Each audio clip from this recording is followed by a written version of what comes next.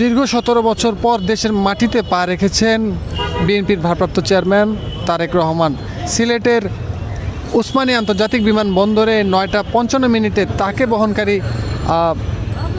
London থেকে আগত বিমানটি অবতরণ করেন এবং তার আসার সাথে সাথেই নেতাকর্মীদের ঢল কিন্তু আরও বেড়ে চলেছে। আমরা এই মুহূর্তে রয়েছি রাজধানীর এভারকেয়ার হসপিটালের সামনে। আপনারা যেমনটি জানেন, সিলেটে 1 ঘন্টা যাত্রা বিরতির পর কিন্তু হযরত শাহজালাল আন্তর্জাতিক বিমানবন্দরে উদ্দেশ্যে রওনা করবেন এবং ঢাকার মাটিতে অবতরণ করবেন বিএনপির ভারপ্রাপ্ত চেয়ারম্যান তারেক রহমান। সেখান থেকে সরাসরি যেই সংবর্ধনা স্থল রয়েছে 300 ফিট পূর্বাচল সড়কে, যেখানে লাখো নেতাকর্মীরা অপেক্ষা করছে দলের নেতাকে দেখার জন্য, এবং সেখান থেকেই তার বেগম খালেদা জিয়া অর্থাৎ বিএনপির ভারপ্রাপ্ত চেয়ারম্যান তারেক রহমানের মা, তিনি তাকে দেখতে কিন্তু আসবেন রাজধানী এভারকেয়ার হসপিটালে। এভারকেয়ার হাসপাতাল থেকে সরাসরি দেখানোর চেষ্টা করছি যে এখানে নিরাপত্তা জোরদার এবং তারেক রহমানকে দেখতে আসা নেতাকর্মীদের একটি ঢলও কিন্তু রয়েছে। আমরা লক্ষ্য করছি সকাল থেকে এভারকেয়ার হসপিটালের সামনে নেতাকর্মীরা আসছে এবং তারা এখান থেকে কাছে দাঁড়িয়ে প্রিয় নেতাকে দেখার যে একটি চেষ্টা, সেটি কিন্তু তারা চালিয়ে যাচ্ছেন। এবং যেমনটি বলছিলাম, 9:55 কিন্তু সিলেটের উসমানী বিমানবন্দরে তারেক রহমানকে বহনকারী যে বিমানটি রয়েছে সেটি অবতরণ করেন। সেখানে যাত্রা বিরতি আর পরে কিন্তু হযরত শাহজালাল আন্তর্জাতিক বিমানবন্দরের উদ্দেশ্যে রওনা হবেন এবং ঢাকায় তার বহনকারী বিমানটি অবতরণ করার পর যে সংবর্ধনা স্থল রয়েছে 300 ফিট পূর্বাচল সড়কে, সেখান থেকে যে নেতাকর্মীদের উদ্দেশ্যে, দেশবাসীর উদ্দেশ্যে কিন্তু ভাষণ দেবেন বিএনপির ভারপ্রাপ্ত চেয়ারম্যান তারেক রহমান।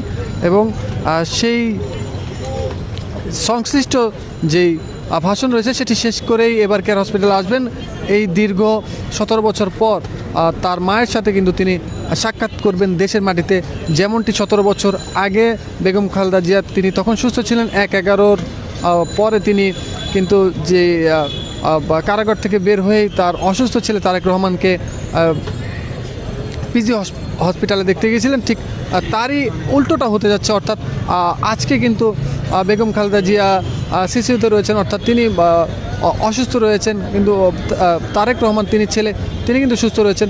মানে যেমনটি বলছিলাম, যেটি বোঝানোর চেষ্টা করি, 17 বছর আগে এই দিনেই কিন্তু মা ছেলের সাক্ষাৎ দেশের মাটিতে ছিল। সেদিন তারেক রহমান ছিলেন অত্যন্ত অসুস্থ এবং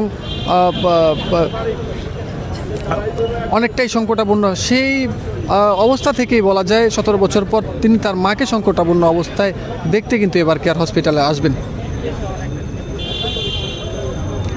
দর্শক, আমরা এই মুহূর্তে রয়েছি রাজধানীর এভারকেয়ার হসপিটালের সামনে। এখানেও নেতাকর্মীরা আসছেন এখান থেকে কাছে থেকে তাদের যে প্রিয় নেতাকে দেখার যে একটি চেষ্টা, সেটি কিন্তু তারা করছেন। এবং পাশাপাশি এভারকেয়ার হসপিটালের সামনে এসে যে বিএনপির ব্যানার ফিস্টন রয়েছেন, তাদের যে স্বাগত বার্তা রয়েছে সেটি কিন্তু তারা দিচ্ছেন। আমরা একজন বিএনপির নেতার সাথে কথা বলবো। ভাই, কখন নাগাদ এসেছেন? আর আমরা তো কালকে বরিশাল থেকে এসেছি তারেক রহমান সাহেবের রিসিভ করার জন্য। আনন্দ উৎফুল্লিত, we are all senior leader, senior মুক্তিযোদ্ধারা আমরা বরিশাল থেকে আসছি। আমার লিডার আসতেছে, লিডারই রিসিভ করব। দেশ আগামী দিনে গণতন্ত্র মুক্তি পাবে, গণতন্ত্রের প্রবক্তা আর নেত্রী, এখানে নেত্রীর জন্য দোয়া করতেছি। আল্লাহ তালা তার হাত দাস করে কোটি মানুষের জন্য আল্লাহ তালা এখন যে অবস্থান আল্লাহ তালা এখনও বাঁচিয়ে রেখেছেন। আমরা চাই আল্লাহ আরও তার কিছুদিন বাঁচিয়ে রাখুক দেশের জন্য, গণতন্ত্র মুক্তির জন্য। আমার নেতা আসবে, আমরা সারা বাংলাদেশ উৎফুল্লিত। এক সময় তাকে দেশ থেকে বিতাড়িত করেছে আওয়ামী দোসরেরা 8 সালে, এখন আবার সে 17 বছর পর আসবে। কত প্যাথেটিক, তার ভাই মারা গেছে, সে আসতে পারে নাই, জানাজা আসতে পারে না, মাকে দেখতে আসতে পারে নাই। আর আমার নেত্রী আপোষহীন খালেদা জিয়া দেশ ছাড়ে নাই, সে কোনোদিন অন্যায়ের সাথে আপোষ করে নাই। সে গণতন্ত্রের মুক্তির জন্য সংগ্রাম করেছে এবং গণতন্ত্র আজকে মুক্তি পেয়েছে। আমরা আগামীতে নির্বাচন হবে, আমরা টেকনাফ থেকে তেঁতুলিয়া বিএনপির সব নেতা কর্মীরা আমরা নির্বাচনের ধানের শেষের স্লোগান দিয়ে এই দলকে জয়যুক্ত করে তারেক জিয়াকে আমরা এই দেশের প্রাইম মিনিস্টার দেখতে চাই। আর আমার নেত্রী খালেদা জিয়াকে আমি প্রেসিডেন্ট হিসাবে দেখতে চাই।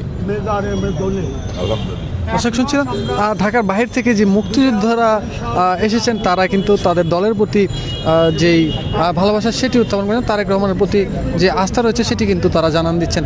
আমরা এই মুহূর্তে রয়েছি রাজধানীর এভার কেয়ার হসপিটালের সামনে। আপনারা যেমনটি জানেন সংবর্ধনার শেষে কিন্তু বিএনপির ভারপ্রাপ্ত চেয়ারম্যান তারেক রহমান রাজধানী এভার কেয়ার হসপিটালে আসবেন। তিনি দীর্ঘ 17 বছর পর দেশের মাটিতে মার সাথে সাক্ষাৎ করবেন।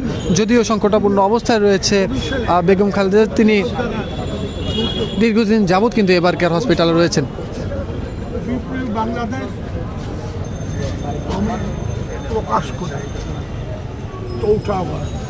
এই বিপ্লবী বাংলাদেশ, কারণ এদেশের লোকজন জানতো না যে মুক্তিযোদ্ধারা কি করছে, কবে দেশ স্বাধীন হবে। ওই পত্রিকার মাধ্যমে মুক্তিযোদ্ধাদের এবং দেশবাসীকে আমরা যুদ্ধের খবর দিতাম যে আমরা যুদ্ধ করতেছি, আমরা দেশ স্বাধীন করব। সেই পত্রিকা মুক্তিযোদ্ধারা এই দেশের অভ্যন্তরে নিয়ে আসত এবং তারা দেশের যে খবরাখবর সেই খবরাখবর সেই পত্রিকায় প্রকাশ পেত।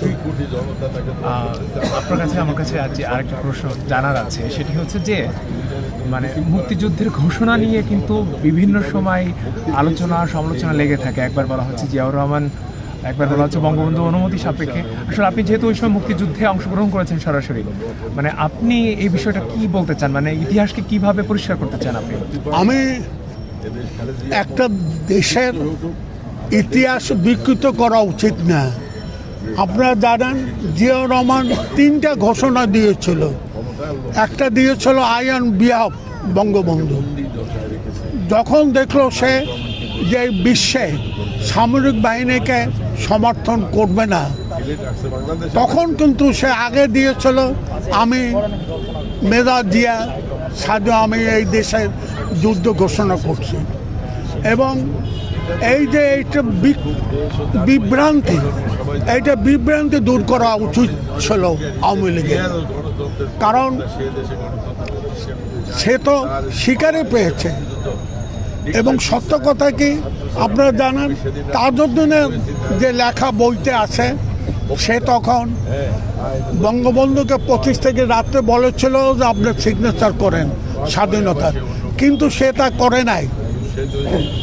এখন তারপরও এদেশের মুক্ত করার জন্য সে কিন্তু কোনো কার্পণ্য করে নাই। সে কিন্তু তৎকালীন আওয়ামী লীগের প্রধান শেখ মুজিবুর নামের সে স্বীকার পেয়েছিল, সে একটা মহানুভব সে দেখিয়েছিল। এবং যে যা বলুক, আমি মুক্তিযুদ্ধ, আমরা চাইবে মুক্তিযুদ্ধ। আমি জিয়াউর রহমানকে কল্যাণীতে তাকে আমি দেখেছি। আরেকটা বিষয়, আপনি 7 মার্চের ভাষণটা পুরোপুরি শুনেছেন কিনা? হ্যাঁ, 7ই মার্চের ভাষণ পুরোপুরি শুনেছি। দর্শক যেমনটি শুনছিলেন, দেশের মাটিতে পা রেখেছেন বিএনপির ভারপ্রাপ্ত চেয়ারম্যান তারেক রহমান এবং তার আশাকে ঘিরে কিন্তু নেতাকর্মীরা নানা প্রত্যাশা কিন্তু জানাচ্ছে। এই মুহূর্তে আমরা রয়েছি রাজধানীর এভার কেয়ার হসপিটালের সামনে। এখানে মুক্তিযুদ্ধ প্রজন্ম দলের কিন্তু নেতাকর্মীরা এখানে এসেছেন। তারা ঢাকার বাইরে থেকে এসেছেন এবং তাদের যেই প্রত্যাশা রয়েছে দলের নেতার প্রতি সেটি কিন্তু তারা ব্যক্ত করেছেন। আমরা আরেকজন ভাইয়ের সাথে কথা বলবো। ভাই, আজকে জনাব তারেক রহমান আসছেন, তার প্রতি আগামী দিনের দেশ নির্মাণ প্রত্যাশা থাকবে এবং জনগণের প্রতি কি আস্থা থাকবে বিএনপিকে ভোট দেওয়ার জন্য এবং দিলে জনগণের কি আশা রাখতে পারে? তারেক রহমান দেশে আসবে, এরা জনগণ, এরা 18 কোটি মানুষের প্রত্যাশা আশা, তাকে নিয়ে সুন্দর এই দেশ পরিচালিত হবে এবং তারেক রহমান এই দেশ থেকে সন্ত্রাস এবং চাঁদাবাদ বিরোধী করবেন, এদেশকে সুন্দরভাবে সে পরিচালনা করবেন, সবাইকে নিয়ে এই আশাবাদ সে আগেই ব্যক্ত করেছেন এবং সেই মাটিতে আসবেন। এটা জনগণের আশা। জনগণ ঈদের মতন উৎসাহ উদ্দীপনায় সমস্ত লোক রাতেও সে সারা রাত্র 300 ফুটে ওখানে অবস্থান করছে এবং সেই সিলেট না অবতরণ করে শুনে সবাই আনন্দিত এবং কখন সে এই জায়গায় আসবে, কখন তাকে দেখবে, এই আশা সবাই মনে উৎফুল্ল হয়ে আছে। আশা করি সবার আশা পূর্ণ এবং সুন্দরভাবে দেশে পরিচালনা করবে, এই জনগণের প্রত্যাশা।